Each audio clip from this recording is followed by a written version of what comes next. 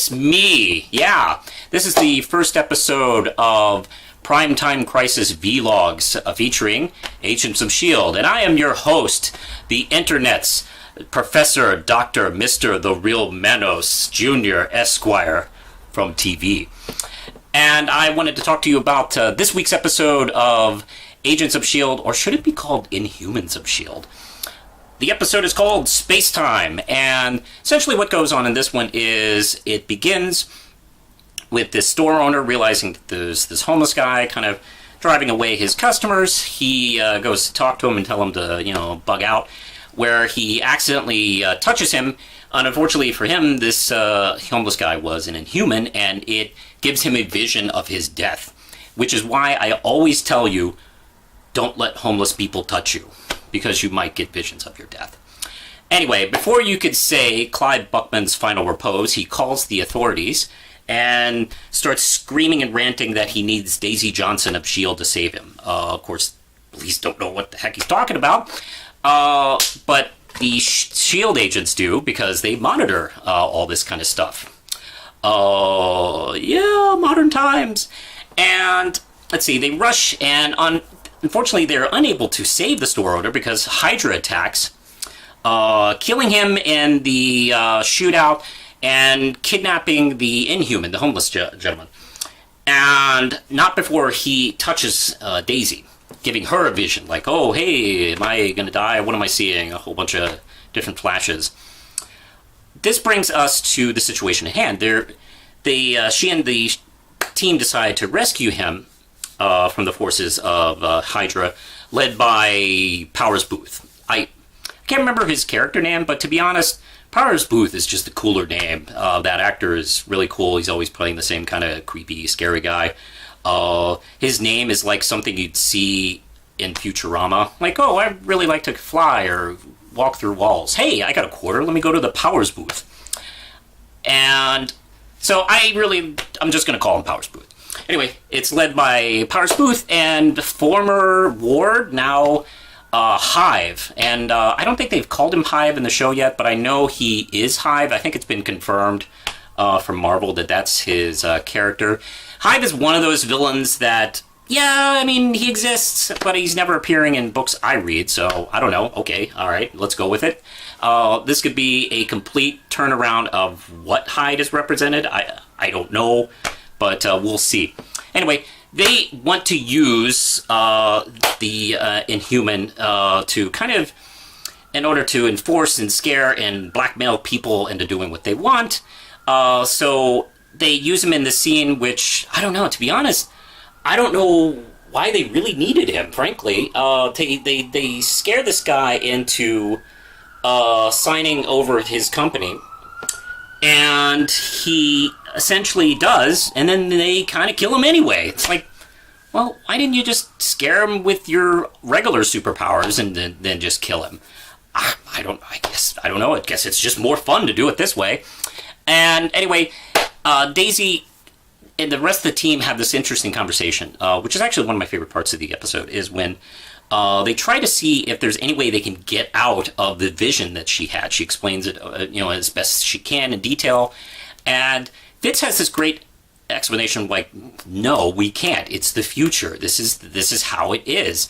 And he scientifically explains, like, you can't really break out of it. You can't change the future. But Daisy just says, hey, it's in my gut, so the heck with science. So they try to kind of figure out a way around it. And one of my favorite things is they try to kind of, let's substitute Daisy for May and have May do this. And they kind of come up with this scenario where they try and recreate the future over and over again in this practice seminar or something like that, which is really cool. I like the fact that they got agents to come in and substitute, and they pretend to shoot and throw knives. That's actually probably my favorite part of the episode, frankly. That and the Fitz explanation. I think that's really good, solid writing there. However, this plan is thrown into a loop when May's ex-husband comes back. He is about to lose it. He knows that he is going to lose himself and turn into Blanca again from Street Fighter 2 for good. and he needs to come and say goodbye to May. So that's out, because, when your husband comes to say goodbye to you for the last time, that's probably something you should focus on. So that means, hey, maybe Fitz is right. Maybe fate is sealed. So anyway, we have the last standoff. It's very well done. I love the whole stuff with the final battle. Powers Booth getting that Batman Kingdom Come kind of armor suit thing. That makes him stronger, at least strong enough to throw tables. So he's at least as strong as the lead singer from Duran Duran. So we have. I don't want to talk too much, but the ending is she's not really able to save him, and we at least kind of stop Hydra at this point. The end also, of course, this is when the team finally sees Ward, or Hive, in Ward's body, dressed in his Matrix outfit. So I'm hoping that maybe next episode we'll get a boring 20-minute underground rave scene. So that's a thing. Now we're kind of getting closer to the conclusion, at least as far as our heroes finding out. What did I feel about this episode? All in all, pretty good episode, frankly. I have been kind of bored with the show since it came back from its hiatus. And frankly, I'm a little over the show constantly about everything about the Inhumans.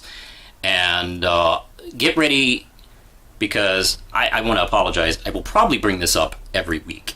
It's a little tiring, and it's not as interesting as they think it is. Everything is Inhumans. Even the subplot with May and her ex-husband, that's Inhuman stuff. So, yeah, I don't know. It's not as strong. I understand Marvel really wants X-Men, but they can't have it because so far Fox has been pretty successful with the thing, so they're not giving it up. Which is too bad. I would love to see X-Men in this universe, but it's just not going to happen. So that means the Inhumans are the substitute. And frankly, it doesn't work as well as what they're trying to do with it. And I wish they would just let it go. Because frankly, I'll state it here since it's the first episode.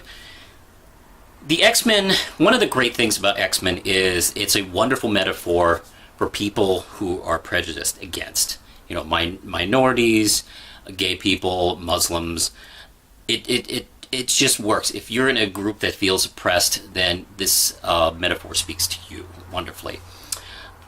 Inhumans really doesn't feel that way. It just doesn't. The Inhumans are people all over the world that have had something happen to them, and they're not welcome, or they're people are suspicious of them. And frankly, I don't know if it's too late in Marvel's plans to maybe change this, but I wonder if it wouldn't be a bad idea to change the metaphor to not so much oppressed people, but people who are refugees. Because I keep thinking about the Syrian refugees when I think about the way they're handling the Inhumans. And the Syrian refugees, and many refugees similar to them, the same story kind of happens over again. Something horrible has happened to them. They need to escape, and people don't let them in or find them suspicious or something like that. And I think would be kind of fitting for the situation for the Inhumans. Of course, Marvel has already made their plans, so I don't know if the Inhuman movie is even written. But hey, we got 2 seasons of Agents of S.H.I.E.L.D. to fill up, so we're going to do this. It's going to be a fun couple of seasons.